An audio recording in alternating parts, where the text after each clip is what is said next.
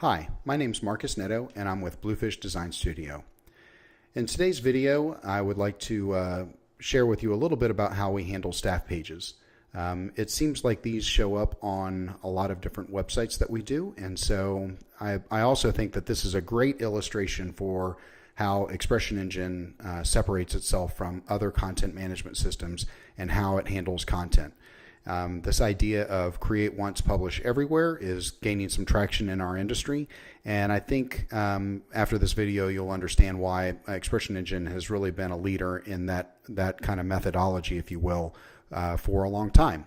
Because the way that ExpressionEngine works is it breaks up every little bit of content, or it can work, is that it breaks up every little bit of content into small reusable chunks. So for instance, if I'm looking at the staff page, the image is entered in separately from the person's name, is entered separately from their title, is entered separately from their phone number and their email address, and so on and so forth. And so you see here that we have a number of people on this page, and if we go into, say, we'll go into maybe Christian's page, because I like his shirt. I mean, this is awesome. These guys deal with a lot of environmental stuff that goes on here on the Gulf Coast, and I just love that his shirt is tropical fish. It's just so cool. Anyway, so you see here we've got even more information about Christian, and we've even got links to his Facebook page for some of the work that he's working on, and we have some focus areas that he kind of highlights as part of his work at the Sea Grant. And so if we go into ExpressionEngine, and this is the ExpressionEngine control panel, and go to content and then edit, and it's people. If we go to people,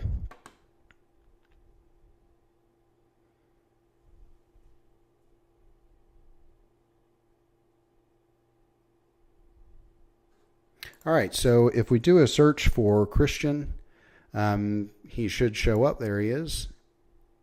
And if we open up his entry, you'll see here what we've done.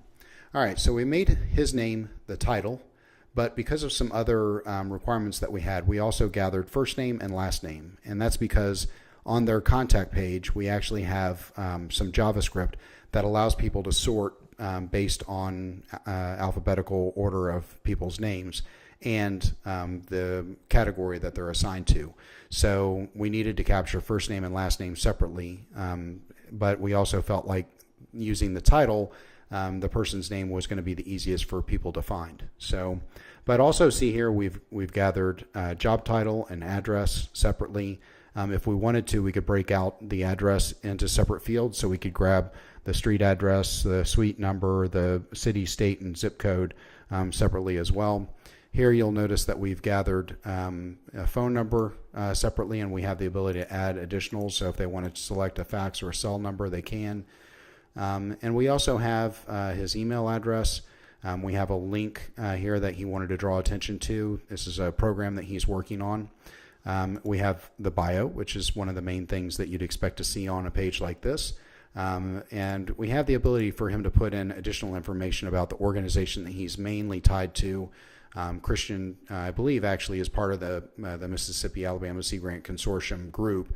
They do have other people that are affiliated with MASGC, but are part of a different organization, whether it be an educational institution or an environmental group. And then we have the ability to add him to one or more categories, so that he shows up on the right page, because we're using this to filter out who shows up on the appropriate pages over here for the navigation. And we have the ability for him to add additional social media accounts. So if you wanted to draw attention to a Twitter account for MASGC, or a Twitter account or a LinkedIn account for some environmental group that was using groups over at LinkedIn. And he also has the ability to upload additional images. So this is channel images.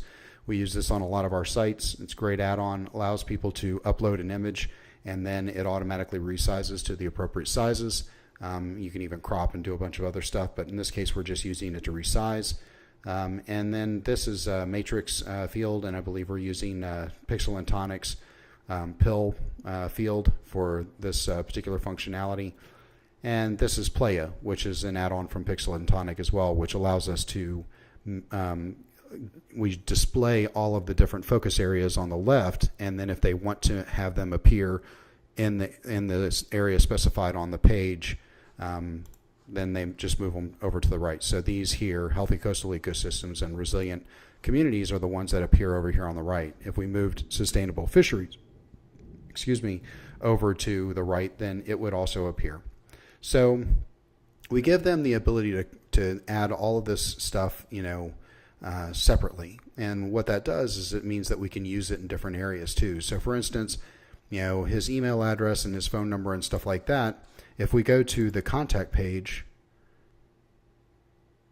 because each of his pieces of information is entered in separately, we can now filter, based on staff. We can filter based on board of directors. We know that he's part of staff, so we're going to go back to that. And we can find that his information is in here. So Christian Miller, Extension Specialist, here's his email and his phone number. So we can reuse that content in different ways, right? So we can bring it in here. We can also, and I don't think he's written anything recently in the news section, but if we wanted to, we could actually, on the news section, normally over here on the right-hand side, there's some information about the person that wrote this. Let me see if I can find one real quick. Melissa, I think maybe she's added her stuff. Yeah, so Chris Boyd is another person that works with MASGC, and because we have his information in the way that we do, we can actually bring that in and show his information as part of this news article as the person that wrote this. And then if we want to, they can click on this and go to his page and read more. So I just think, this really highlights how ExpressionEngine works to make complex sites really easy for end users that are non-technical. So, if you have a need, if you have a very complex site, and you would like to see how we might be able to make that simpler for you to manage, then just drop us an email. We'd love to hear from you. My email address is marcus@bluefishds.com. You can also see more of our work over at bluefishds.com, and we blog quite regularly over there as well. So if we can help you in any way, if you'd just like to talk about your website and see what suggestions we might have for making it better, then just give us a call. We'd love to talk.